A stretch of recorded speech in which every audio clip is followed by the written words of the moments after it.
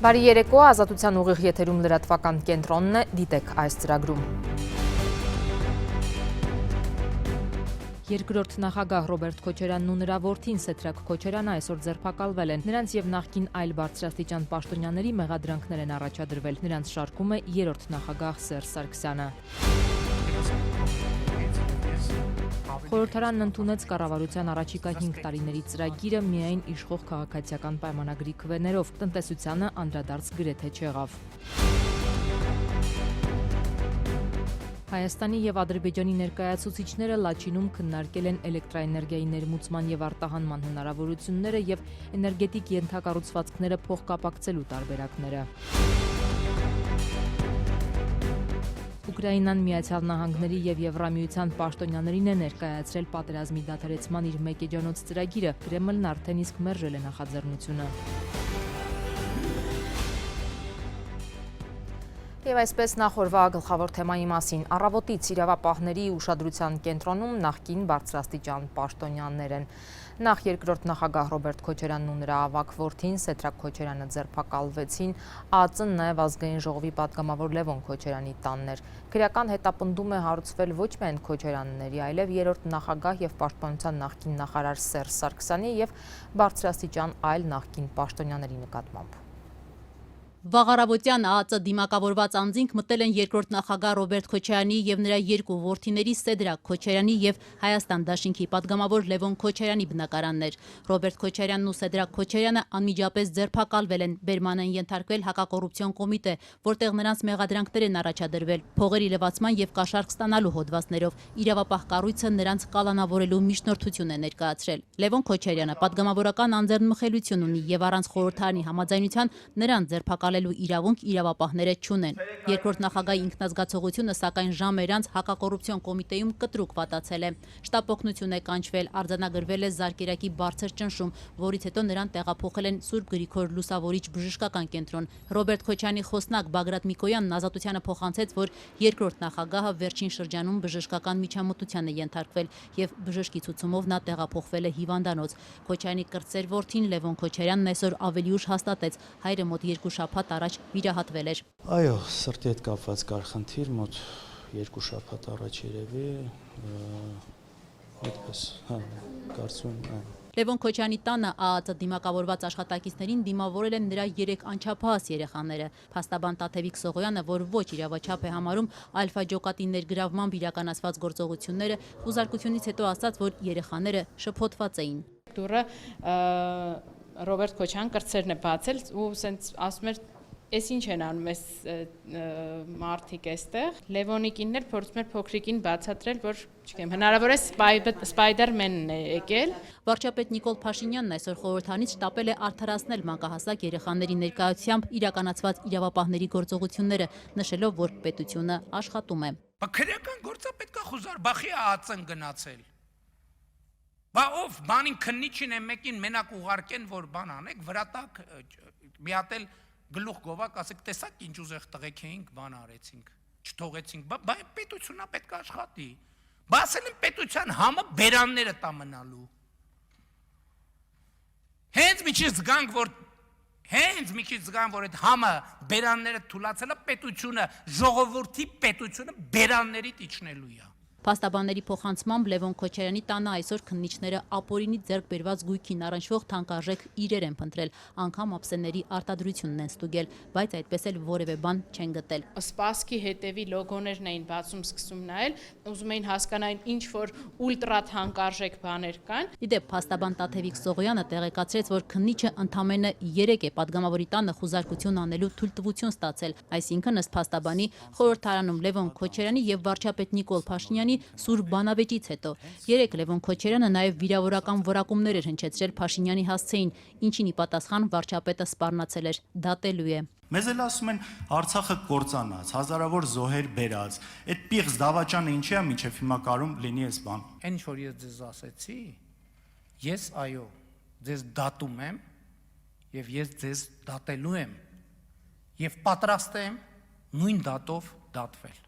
Շնորհակալ։ Հակակոռուպցիոն կոմիտեն տեղեկացնելով, որ երկրորդ նախագահին եւ նրա ավագ որդուն մեղադրանք է առաջադրել խոշոր չափերի կաշառքի եւ փողերի լվացման հոդվածներով, պնդում է։ Փաստական տվյալներ են ստացվել, որ նախագահի պաշտոնը զբաղեցրած անձը իր հետ մտերիմ անձանց հետ նախնական համաձայնությամբ պաշտոնեական դիրքն օգտագործելով տարբեր շինծ ու հիմքերով պետական սեփականությունից առանձնացրել եւ շուկայականից էականորեն ցածր գներով ձեռք է բերել հասարակական եւ տնտեսական նշանակություն ունեցող մի շարք արժեքավոր գույքեր։ Այս գործի շրջանակներում իրավապահ մարմինը Ռոբերտ Քոչարյանի հետ փոխկապակցված մի շարք ընկերությունների ցանկ է հրապարակել Play City, Orange Fitness, Piazza Grande, Toyota, Kaputak Sevan եւ այլն։ Այս եւ մի շարք այլ ընկերություններում առավոտից խուզարկություններ էին։ Ըստ քննիչների, այս ընկերությունները կամ դրանց բաժնեմասերը Քոչարյանները ձեռք են բերել ապօրինի եղանակով։ Իդեպ գլխավոր դատախազությունը հատուկ շեշտում է 1998-ից 2008 թվականները Հայաստանը ղեկավարած Ռոբերտ Քոչարյանին քրեական պատասխանատվության ենթարկելու վաղեմության ժամկետները անցած չեն։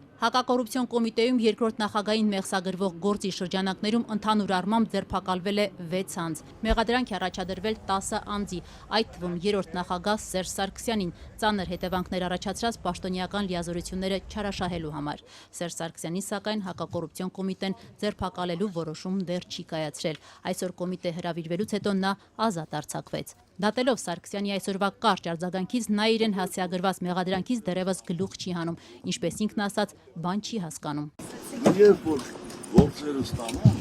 գործի նյութեր են ժամանակ խոսեն, բան չեմ հասկանում։ Նախագահներ Ռոբերտ Քոչարյանից եւ Սերժ Սարգսյանից բացի այս գործով ըստ գլխավոր դատախազության անցնում են նաեւ այլ նախկին բարձրաստիճան պաշտոնյաներ, որոնց շարքում են նախկին վարչապետ հանգուցյալ Անդրանիկ Մարգարյանը, Երևանի նախկին քաղաքապետ Գագիկ Բեգլարյանը։ Քոչարյանների հետ փոխկապակցված ընկերություններում այսօր վաղ առավոտից խուզարկություններ էին։ Ազատությունը եղավ Piazza Grande-ում, որտեղ այդ պահին քննիչները արդեն մի քանի գրասենյակներ կապարակնքել էին։ Դրանցից մեկն էլ Լևոն Քոչարյանի կնոջը պատկանող Սիրուշո Production-ն էր։ Խնդրում հեռացրեք նկարը։ Պարոն Մայոր։ Փաստաբան Հակոբ Գյուրեղյանը, որ չցանկացավ ասել, թե կոնկրետ ում շահերն է ներկայացնում, պնդում էր, թե խուզարկությամբ ոչինչ չի հայտնաբերվել եւ քննիչները փաստացի սեփականության իրավունքի սահմանափակում են իրականացնում, փակելով գրասենյակները։ Այսինքն քննիչը ֆիզիկապես արգելում է մուտքը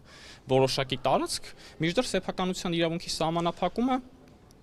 հնարավոր է միայն հստակ իրավական հիմքերի առկայության դեպքում եւ այն է դատանի որոշում։ Գլխավոր դատախազությունը տեղեկացնում է, որ հանրային քրեական հետապնդում է հարուցել նաեւ նախագահ Ռոբերտ Քոչարյանի փոխկապակցված մի քանի ընկերությունների, տվյալ դեպքում Ստեֆանո Ռիչի, Կորնելյանի, Play City եւ Orange Fitness տնօրենների նկատմամբ առանձնապես խոշոր չափերով հարկեր չվճարելու համար։ Նրանք ձերբակալվել են։ Այս գործն էլ առանձին քննվում է քննչական կոմիտեում։ Առայժմ պարզ չէ, արդյոք այսօր 72-ամյա Ռոբերտ Քոչարյանին կտանեն դատարան կալանքի հարցը քննելու համար։ Օրվա ավարտին նա դեռ բուժ հաստատությունում հետազոտություն էր անցնում։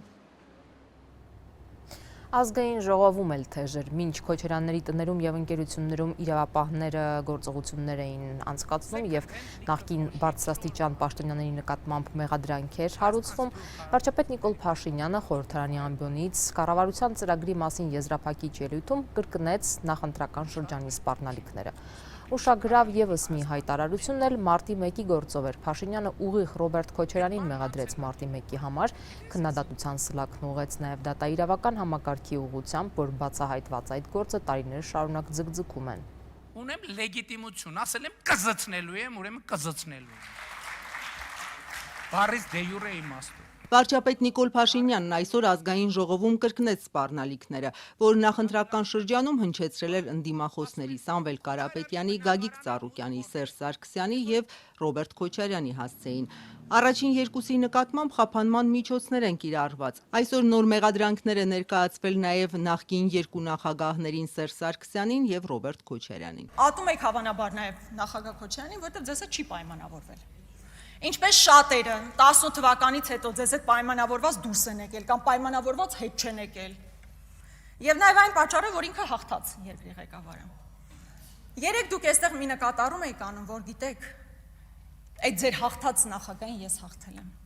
Բայց դա ձեր հաղթածի կեցվածք է։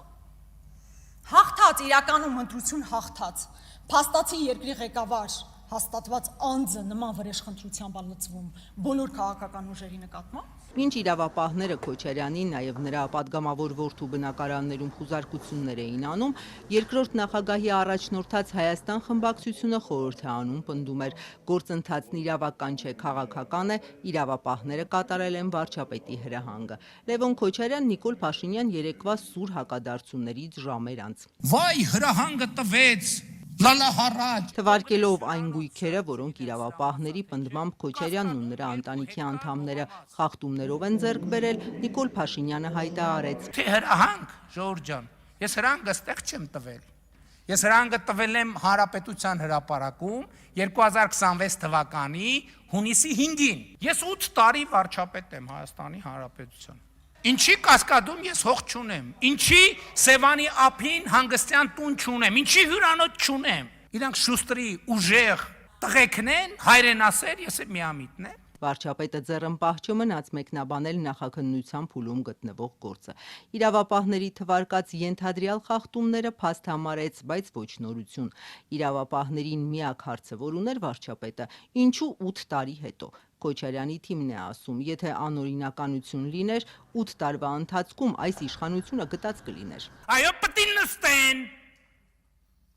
Այո, սաղունեց քվածքը, ես ասում եմ Ծառուկյան Գագիկը պետք է հայտարարություն անի, ասեն ինչ էի կանում, ասում, որ թոշակը պիտի նվազագույն սպառողական զամբյուղի չափը ըլնի, բա երբ է թոշակը բարձանալու, Քոչարյան Ռոբերտն էլ պետք է ասի դա։ Իրանք պետք է փող չունենան, որ ընտրակաշառք էլ բաժանեն, եւ այն պետությունը, որը սա չի անի, չի կարա չանի, որովհետեւ սա արդեն իմ ասածը չի, սա Հայաստանի Հանրապետության ժողովրդի ասածն է, դեք փորձի մեկը չանի։ Ժողովուրդն է պահանջում, այսօր նույնը ձերն է, նույնը գերմանացիք էին, կա հայտնի ելույթ, Գեբելսի ելույթը կոչվում է ամբողջական պատերազմի ելույթ, որը հայտնի է վերջի ֆրազը, ժողովուրդը ոտքի կկանգնի եւ կմոլեգնի փոթորիկը։ Այդ ժամ ու կեսանոց ելույթում Գեբելսը 100 անգամից ավել ժողովուրդ բառն է օգտագործել։ Այդտեղ բոլշևիկա նացիստական բռնակալություն եք սարքել։ Ընդդիմությունը պնդեց մեջբերեմ իշխանությունն իր ապօրինությունները ժողովրդի պահանջով է արդարացնում, ծառայեցնելով պետական ապարատը մեկ անձի քաղաքական վախերին ու վրեժխնդրությանը, սա ևս մեջբերում էր։ Իշխանությունը մնաց իր տեսակետին, որ իրավապահները թալանի հետևից են գնացել։ Նոր սահմանադրությունից անկախության հռչակագիրը հանելու գաղափարից չհրաժարված 4-րդ հանրապետության հիմնադրումից խոսող Նիկոլ Փաշինյանը ըստ ընդդիմադիր Հայաստանի դիմադրության օջախներն է այժմ վերացնում։ Որպեսզի կարողանա հասցնել իր նպատակին եւ բավարարի ամբողջական Թուրքիայի ու Ադրբեջանի պահանջները, բոլոր դիմադրության օջախները պետք է ինքը ոչնչացնի։ Հիմա ամեն մեկին ինչ մեղադրանք կկպցնան, որպեսզի կարողանան ազատությունից զրկել։ Դա արդեն թողնված է քննչական մարմինների վառ երևակայության։ Ինչ կապ ունի ստեղ վրեժխնդրությունը, ինչ կապ ունի ստեղ ազգային արժեքները, Թուրքը, չգիտեմ, Դավաճանը, ինչ ասեմ, Կտիչ Ներսիսյանը, կարող եք գալ եւ մեկ հոդաբաշխ բացատրություն տալ։ Ո՞նց է հնարավոր, որ տարածքը առնում ես 40 միլիոն դրամով, փոխանակում ես մյուս տարածքի հետ նույն չափսի, որը պետական է, ու վուալյա 1 միլիարդ 700 միլիոն դոլար քյար ես անում։ Ընդհանրապես դուք չեք հոգնել այդ ազգային արժեքները ձեր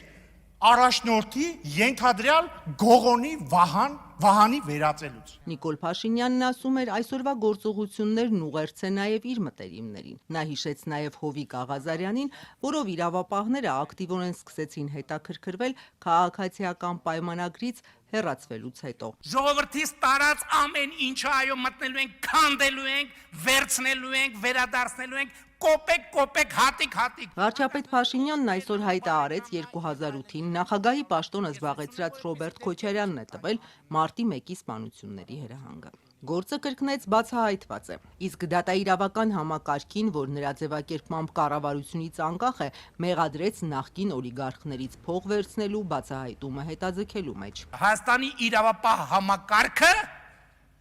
մաֆիոզ ազդեցությունների պատճառով չի տալիս դրա գնահատականը։ Քրեական գործում մարտի 1-ի մի դրվագ չկա, որը բացահայտված չի։ Մարտի 1-ի սպանությունների գործը քննում է նույն հակակոռուպցիոն կոմիտեն, որի այսօրվա բացահայտումը Նիկոլ Փաշինյանը կասկածի տակ չէր դնում։ Քոչարյանների տների խուզարկությունները, ձերբակալություններն ու ընկերությունների կապարակնքումը հաջորդեցին 3 խորհրդարանում Լևոն Քոչարյանի եւ Նիկոլ Փաշինյանի փոխադարձ մեղադրանքներով լի սուր ելույթներին։ Վարչապետ Նիկոլ Փաշինյանը ամբիոնից հարցրեց, ինչպես են Քոչարյանները միլիոնատեր դարձել եւ իր քաղաքական առաքելությունը համարեց այդ միլիոնները ժողովրդին վերադարձնելը։ Լևոն Քոչարյանը սա համարեց ուղիղ պատվեր իրավապահ համակարգին։ Այս երկխոսությունը հիշեցնեմ 3 էր, իսկ այսօր արդեն ձերբակալություններ են եւ նոր մեղադրանքներ։ Հիմա հիշենք, թե ել ինչ նման դեպքեր են եղել, երբ վարչապետի խոսքին հաջորդել է իրավապահների գործը։ Մեզնից գիտեք ինչ են պահանջում։ Մեզնից ընդհանուր ընդդիմությանը, որ նայեք 500,000-ից ավել ձայն ա տվել։ Մեզ էլ ասում են Արցախը կործանած, հազարավոր զոհեր բերած։ Այդ պիղծ դավաճանը ինչի է մինչև հիմա կարում լինի այս բան։ Դուք ինչ եք միլիոնատեր։ Դուք ինչի հաշվին եք միլիոնատեր։ Ձեր ընտանիքը ինչի հաշվին եք միլիոնատեր։ Դուք պետք է հատիկ ամեն ինչը պետքա վերադարձվի Հայաստանի Հանրապետությանը։ Վարչապետի այս խոսքերից ժամեր անց ազգային անվտանգության ծառայությունը մտավ Հայաստանի երկրորդ նախագահ Ռոբերտ Քոչարյանի ու նրա որդիների տներ։ Ձերբակալվել է 6 անձ, այդ թվում նախկին նախագահը, նրա որդին։ Առաջին անգամը չէ, որ ազգային անվտանգության ծառայության, քննչական ու հակակոռուպցիոն կոմիտեների, դատախազության ու դատավորների օպերատիվ գործողություններն անմիջապես հաջորդում են Փաշինյանի ելույթներին, հրապարակային զգուշացումներին, սպառնալիքներին ու կասկածներին։ Վերջին 1 տարվա աղմկոտ դեպքերից հիշենք։ Եվ առաջիկայում ես ասում եմ, որ Արարատ ցեմենտ գործարանը նույնպես որպես Գուլոյան Ծառուկյան կլանի կողմից ապօրինի յուրացված գույք կվերադարձվի Հայաստանի Հանրապետությանը։ Ընդդիմադիր Գագիկ Ծառուկյանին այս գործարանից զրկելու հրապարակային սպառնալիքից մի քանի ժամ էր անցել, երբ տարածվեց գլխավոր դատախազության հաղորդագրությունը, թե գործարանը 2000-ականներին օրենքի խախտումներով են մասնավորեցրել։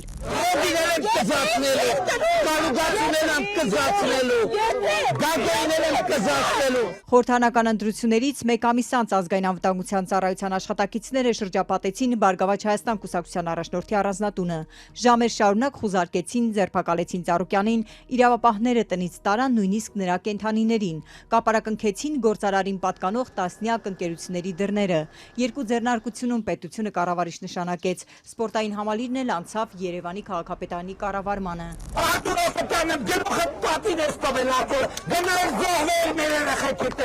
Արցախցի Արտուր Օսիպյանը բանտում հայտնվեց նախընտրական քարոզարշավին Փաշինյանին հարցեր տալուց անմիջապես հետո։ Իշխող կուսակցության առաջնորդին հունցանել էին, հայրենիքն ու տունը կորցրած Օսիպյանի հարցերը Ղարաբաղյան կարգավորման մասին։ Դուք ես կենթանի։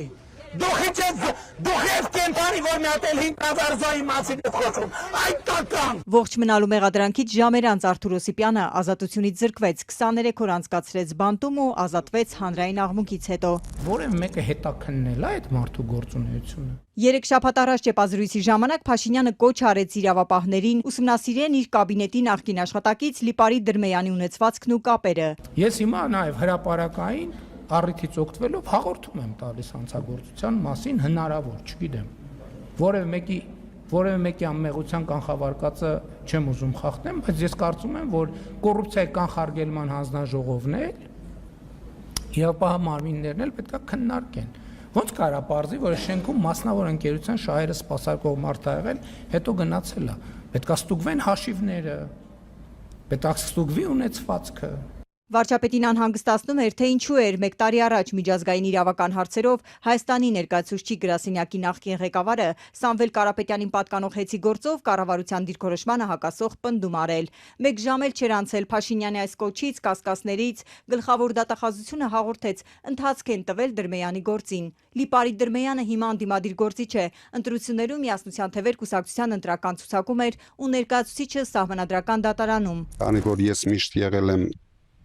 հայոց եկեղեցու կողքին ու հայ ժողովրդի կողքին, ունենալու եմ անմիջական մասնակցություն,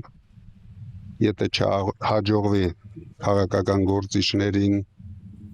ուրեմն մենք էլ մեր ձևով ենք մասնակցելու այդ ամեն ինչին։ 1 տարի առաջ միլիարդատեր Կարապետյանը կալանավորվեց այս կարճ մեկնաբանությունից հետո։ Վարչապետ Փաշինյանը եկեղեցին պաշտպանող մեկնաբանությանն արձագանքել էր անմիջապես Facebook-յան գրառմամբ։ Պոռնկաբարո հոգևորականներն ու նրանց պոռնկաբարո բարեգործները ինչու են ակտիվացել։ Ոչինչ, նորից կպասիվացնենք, ընդ որում ընդմիշտ։ Վարչապետի գրառումից ժամ անց ոստիկանները շղթայեցին միլիարդատեր Սամվել Կարապետյանի առանձնատունը։ Նրան ձերբակալեցին, հետո կալանավորեցին։ Վարչապետը հրապարակային գրառումները շարունակում էր իրավապահների գործողություններին զուգահեռ։ Բա միջամտի արա, ինչ ես չուլանում պահկվել։ Թեև Տաշիր գրուպի սեփականատերը քաղաքական հավակնությունների մասին հրապարակային ակնարկ չէր արել ու որպես եկեղեցու խոշոր բարերար խոսել էր եկեղեցին Փաշինյանից իր ձևով պաշտպանելու մասին, նրան մեղադրանք առաջադրվեց իշխանությունը բռնի զավթելու հրապարակային կոչի հոդվածով, հետո ավելացրին փողերի լվացման մեղադրանքը։ Այո, պիտի ընդգծեմ, որ ժողովրդավարությունը Հայաստանի հիմնական բրենդն է եւ սա մեր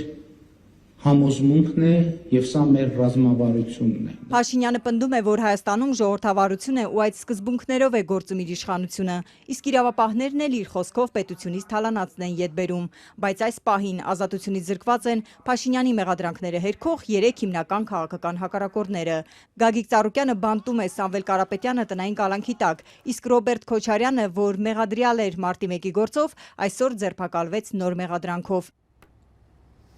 Ազգային ժողովը 2 օր քննարկումներից հետո այսօր միայն իշխող քաղաքացիական պայմանագրի կողմ քվեներով հաստատեց կառավարության ծրագիրը առաջիկա 5 տարիների համար։ Երկօրյա քննարկումների առանցքում սակայն ոչ այնքան գործադիրի առաջիկա անելիքներն էին կամ Հայաստանի տնտեսությունն ու դրա զարգացումը,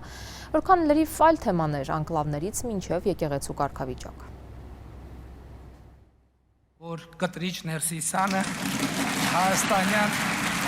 Եկեղեցու շուրջ երեկվա թեժ քննարկումներից հետո վարչապետ Փաշինյանն այսօր առաջարկով էր եկել խորհրդարան։ Անգամ նախընտրեց գործածել կաթողիկոսի եկեղեցական անունը, այս անգամ էլ իր թիմակիցների քաղաքացիական պայմանագրի պատգամավորների բողոքին արժանանալով։ Եթե կարեգին բն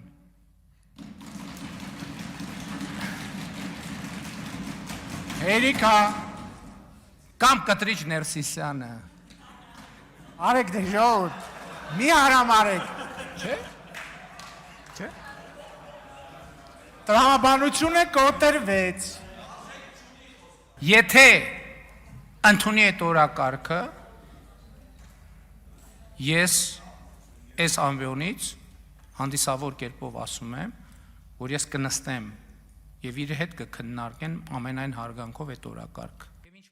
Վարչապետը կաթողիկոսի հետ հանդիպման այս առաջարկը հնչեցրեց, ի պատասխան ընդդիմադիր Հայաստան խմբակցության ղեկավար Աննա Գրիգորյանի երեկվա քննադատությանը, թե ինչպես է Փաշինյանը մտադիր նորոգել եկեղեցին։ Հաշվի առնելով, որ ձեր հոգևորականի իդեալը Նավասարդ Կճոյանն է, ես ուրիշ որևէ անդրադարձ այս պահին չեմ ուզում անել ամենայն հայոց կաթողիկոսին վերաբերելի ձեր պնդումների մեջ, որովհետև դուք Նավասարդ Կճոյաններով եք մտադիր այսպես կոչված ձեր բարեփոխումները իրականացնել։ Ես չեմ ասել երբեք,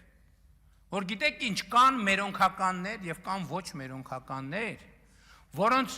որոնց մի մասը կարա բարեվարկության կանոնները պահի, մյուս մասը չպահի։ Ես ավելին աշխատանքային մակարդակով ասել եմ, որ ես այո կարծում եմ, որ նաև պետությունը կարող է ելքի որոշակի ճանապարհ ապահովել նման բոլոր հոգևորականների համար։ Ավելի հեռուն գնալով Նիկոլ Փաշինյանն այսօր ազգային ժողովի ամբիոնից հայտարարեց նաև, որ առաջիկայում եկեղեցուն առնչվող օրենսդրական փոփոխություններ էլ կլինեն, չմանրամասնելով, թե ինչ է նախաձեռնել։ Հիմա կառավարությունը ամենաուշը մի ամսվա ընթացքում հայաստանյան առաքելական Սուրբ եկեղեցում հաստատված ճգնաժամի մասին զեկույց կհրապարակի, եւ ես առաջարկել եմ ազգային ժողովում քննիչ հանձնաժողով ստեղծել, այդ բոլոր փաստերը քննել եւ արդյունքում ընդունել օրենսդրական փոփոխություններ։ 2 օր է Մայրաթոռը չի արձագանքում Փաշինյանի հայտարարություններին։ Կառավարության ծրագրի երկօրյա քննարկումների մյուս թեման դարձան անկլավները։ Վարչապետը օրերս կրկին հայտարարել էր, թե այդ հարցը պետք է լուծվի, այդ թվում գուցե տարածքների փոխանակման ճանապարհով։ Դուք ասում եք 4-րդ հանրապետություն, այդ նույն բանին Ալիևը ասում է կապիտուլյացիա։ Ես ձեզ հիասթափեցնում եմ։ Հապկի խաղապահները չեն մտնելու Հայաստանի Հանրապետություն եւ ընդհանրապես խաղապահ չի մտնելու Հայաստանի Հանրապետություն, որովհետեւ խաղաղությունը հաստատված է եւ խաղապահը ժողովուրդն է, այո, այդ թվում Այո, Հայաստանի ժողովուրդն է եւ Ադրբեջանի ժողովուրդն է ամենահուսալի խաղաղապահը։ Եվ սա է 4-րդ հանրապետությունը։ Քվեարկության է դրվում Կառավարության ծրագիրն ի վերջո ընդունվեց միայն քաղաքացիական պայմանագրի ձայներով, կողմ 63 դեմ 24 հարաբերակցությամբ։ Կառավարության ծրագիրն ընդունված է։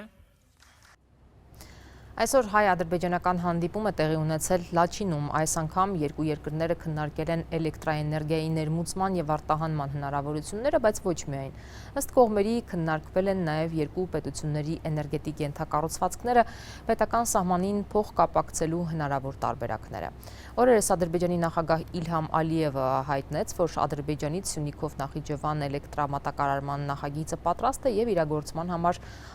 առավելագույնը 6 ամիս կպահանջվի։ Ըստ Ալիևի ադրբեջանցի մասնագետները արդեն Հայաստանի տարածքում վերլուծություններ են անցկացրել եւ որոշել, թե որտեղ են տեղադրվելու էլեկտրասյուները։ Ավելին նույնիսկ Հայաստանին առաջարկեց իրենցից հոսանք գնել։ Ինչ է սա նշանակում եւ հնարավոր է արդյոք, որ Հայաստանը էլեկտրաէներգիա գնի կամ վաճառի Ադրբեջանին։ Այս թեմայով զրուցել ենք էներգետիկ անվտանգության փորձագետ Արթուր Ավետիսյանի հետ։ Թե ինչ կլինի հետո, ըստ մասնագետի մեծապես կախված է այն հանգամանքից, թե արդյոք Հայաստանը կհասցնի 10 տարում ատոմակայանի նոր էներգաբլոկ կառուցել։ Մենք պետք է գնահատենք մեր հնարավորությունները, մենք ինչ կարող ենք առաջարկել տարածաշրջանի երկրներին, այդ թվում Ադրբեջանին։ Այսինքն, թե Ադրբեջանը ինչ է ակնկալում, ըստ էության Ալիևի հայտարարությունը, որ ձեր հարցադրման մեջ կար, բավականին թափանցիկ էր, որ իրենք ակնկալում են, որ Հայաստանը մի օր չի ունենա ատոմային էներգետիկա եւ ըստ էության կընկնի կախվածության մեջ Ադրբեջանից։ Թափանցիկ մարդը ասել է դրա մասին։ Որպեսզի այդ հեռանկարից մենք զերծ մնանք, մենք պետք է մեր հզորություններն ու մեր ենթակառուցվածքները արագ զարգացնենք, եղածները արդիականացնենք եւ նորը ստեղծենք, որպեսզի նման տակի խնդիր չլինի։ Այսինքն մենք արկա իրականությունը ես շատ եմ առիթներ ունեցել տարբեր տեղեր ասելու, որ մենք գտնվում ենք մի տանկյալ վիճակում, որ կամ կարող ենք մեծ թրիչք ունենալ դրական իմաստով, կամ հակառակը գնորվենք պատկերավոր ասած անդունդը, որպեսզի բացասական տենդենսից բացասական սցենարից դուրս մնանք, պետք է իմացած տարբերակով, այսինքն մի տեսակի միայն էներգիայի զարգացումը բավարար չի, պետք է լինի համընթաց զարգացում բոլոր ուղղություններով եւ առաջնահերթություն տալով ատոմային էներգետիկային, որպեսզի Հայաստանը անգամ մեկ օր, պատկերավոր ասած, չմնա առանց ատոմային էներգետիկայի։ Հաստատվում են տեղեկությունները, որ դարձյալ զինծառայող է մահացել։ Լրատվամիջոցները գրել էին, թե պայմանագրային զինծառայողի մարմինը կախված են հայտնաբերել։ Պաշտպանության նախարարությունը հայտնում է, որ դեպքը տեղի ունեցել մահացածի բնակության վայրում, մասնավորապես անասնաֆերմայում։ Ըստ ռազմական գերատեսչության մահացածը այդ պահին ծառայության մեջ չի գտնվել, հետևաբար դա չեն որակում որպես բանակում տեղի ունեցած դեպք։ Այս տարվա ընթացքում բանակում ծառայության հետ կապված մահացության արդեն 14 դեպք է գրանցվել, ինչի պատճառով զինված ուժերի ղեկավարությունն ու պաշտպանության նախարարը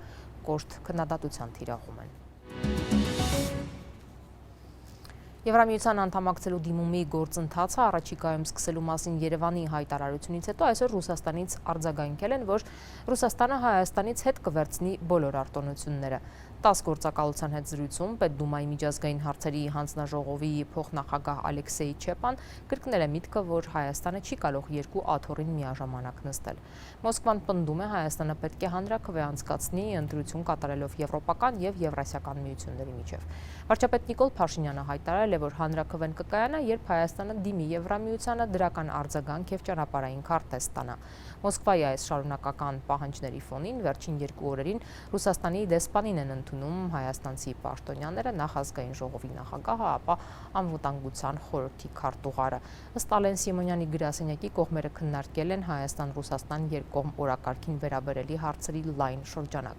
Պարզ չէ արդյոք անդրադարձ եղել է հայ-ռուսական հարաբերությունների կնճռոտ հարցերին, մասնավորապես հանրաքվեի պահանջին եւ հայկական ապրանքների նկատմամբ Մոսկվայի սահմանափակումներին։ Միջազգային լրահոսից Իրանից արձագանքում են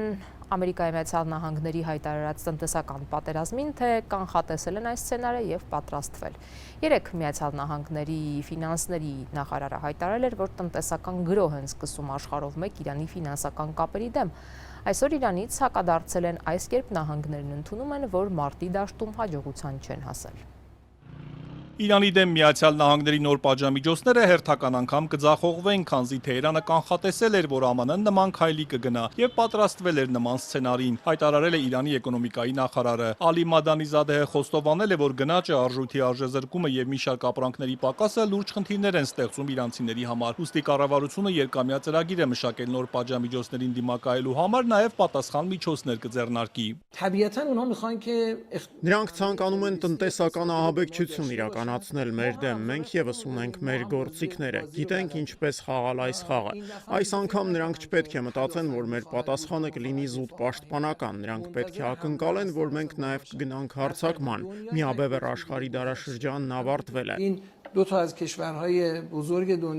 Իսլամական հեղափոխության պահապանների կորպուսի խոսնակն իր հերթին հայտարարել է, թե փաստը, որ Վաշինգտոնն անցել է Թեհրանի դեմ տնտեսական պատերազմի, ինքնին վկայում է, որ ԱՄՆ-ն մարտի դաշտում պարտություն է կրել։ Իրանի ոստիկանապետն էլ հայտարարել է, որ ԱՄՆ-ն ձգտում է երկրում քաոս ստեղծել, իր շահերն առաջ մղելու համար։ Թշնամին չի նահանջել եւ ձգտում է անկարգություններ հրահրել կամ որոշակի վայրում կամ ամբողջ երկրով մեկ։ Իրանական իրնագործակալության փոխանցմամբ ասել է Ահմադ Ռեզա Ռադանը։ Մինչ այդ ԱՄՆ ֆինանսների նախարարը հայտարարել էր, որ ԱՄՆ-ն տնտեսական գրոհ է սկսում աշխարհով մեկ Իրանի ֆինանսական կապերի դեմ, ուժեղացնելու Թեհրանի նկատմամբ ճնշումը։ Ըստ Սկոտ Բեսենթի դրա նպատակն է, մեջբերում եմ, կտրել յուրաքանչյուր տնտեսական զարկերակ, որն աջակցում է այս բռնատիրական ռեժիմին, քանի դեռ Թեհրանը լիովին մեկուսացված վիճակում չէ։ Բեսենթը նաև ասել էր, որ ֆինանսների նախարարությունը քարտեզագրել է այն ցանցերը, աջակիցներին եւ ֆինանսական ուղիները, որոնք Իրանն օգտագործում է իր նավթը մաքսանենգ ճանապարհով վաճառելու, պատժամիջոցները շրջանցելու եւ ահաբեկչությունը ֆինանսավորելու համար։ Նախարարի խոսքով նախագահ Թրամփը հեռախոսազանգեր է ունենում աշխարհի տարբեր առաջնորդների հետ եւ յուրաքանչյուր երկրի հստակ ժամանակացույց կտրվի Իրանի հետ կապված գործունեությունը դադարեցնելու համար։ Բեսենթը զգուշացրել էր, ԱՄՆ-ն անզիջում պայքար կմղի Իրանի մեջբերում եմ ապօրինի եկամտի ցանկացած աղբյուր թիրախավորելու հարցում։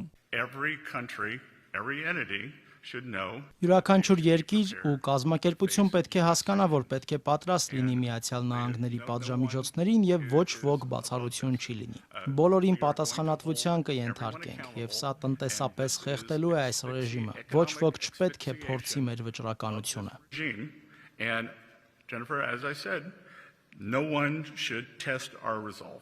Չնայած Թեհրանի դեմ Վաշինգտոնի հայտարարած տնտեսական պատերազմին, ԱՄՆ պատերազմի նախարարը չի բացառել նաև ռազմական գործողությունները։ Փիթ Հեքսեթն ասել է, որ անհրաժեշտության դեպքում կհարվածեն ինչպես Իրանին, այնպես էլ Հորմուզի նեղուցին, որով պատերազմից առաջ փոխադրվում էր աշխարհում սպառվող նավթի մոտ 20%-ը, իսկ հակամարտության 6 ամիսների ընթացքում երթևեկությունը խիստ սահմանափակ է։ Նախարարը վստահեցրել է, որ տնտեսական պատժամիջոցները հիմա շատ ավելի լուրջ խնդիրներ են ստեղծում Իրանի համար, որը մինչ այդ էլ դժվարությունների էր բախվում արևմուտքի պատժամիջոցների հետևանքով։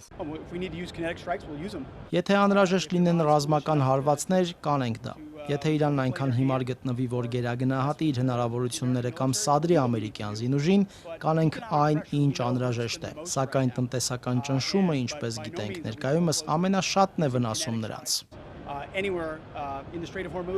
Կատարը, որը պատերազմի օրերին բազմիցս հարձակման է ենթարկվել Իրանի կողմից, հայտարարել է, որ չի միանա Իրանի դեմ ամերիկյան պատժամիջոցներին։ Արտգործնախարարության խոսնակ Մաջեդ Ալ-Անսարին ասել է, որ դրանք միակողմանի են եւ Դոհան կցանկանար, որ Թեհրանն ու Վաշինգտոնը երկկողմ հարաբերություններում ծագած խնդիրները լուծեին բանակցությունների միջոցով։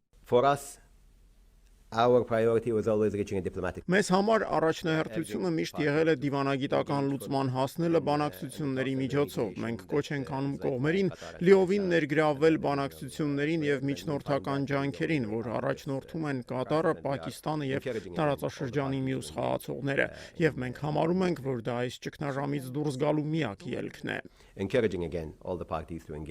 Ու մինչ Վաշինգտոնն ու Թեհրանը սպառնալիքներով են փոխանակվում, Իրանի եւ Օմանի արտգործնախարարներն այսօր հանդիպել են Թեհրանում Հորմուզի նեղուցի վերաբերյալ բանակցությունները շարունակելու համար։ Միջնորդ Պակիստանն իր հերթին հայտարարել է, որ բանակի հրամանատարի Թեհրան կատարած այցի ընթացքում Իսլամաբադն ու Թեհրանը զգալի առաջընթաց են գրանցել խաղաղության հասնելու շուրջ բանակցություններում։ Թե ինչ առաջընթացի մասին է խոսքը, չի նշվում։ Ուկրաինան Միացյալ Նահանգների եւ Եվրամիության պաշտոնյաներին է ներկայացրել պատերազմի դադարեցման իր մեկեջանոց ծրագիրը, որպեսզի նրանք դա փոխանցեն ռուսական կողմին։ Այսօր հայտարարել է Ուկրաինայի նախագահ Վլադիմիր Զելենսկին։ Reuters գործակալության տեղեկություններով ծրագրի հիմնական դրույթները վերաբերում են հրադադարի հաստատմանը եւ Դոնբասում ազատ տնտեսական գոտի ստեղծելու ծրագրերին։ Վերջին դրույթի համաձայն Դոնբասի այս պահին Կիևի վերահսկողության տակ գտնվող հատվածում պետք է երրորդ երկրի կողմից կառավարվող ազատ տնտեսական գոտի ստեղծվի։ Ուկրաինայի նախագահի խոսքով այս գաղափարի հեղինակը ամերիկյան կողմն է։ Կրեմլը սակայն արդեն իսկ մերժել է այս նախաձեռնությունը։ Այսքանն էինք նախատեսել այսօրվա համար, նորություններին հետևեք ազատություն.am կայքեջում եւ սոցիալական մեդիայի մեր էջերում, իսկ լրատվական հաջորդ թողարկումը եթերում կլինի վաղ երեկոյան ժամը 8-ին։ Հաջողություն։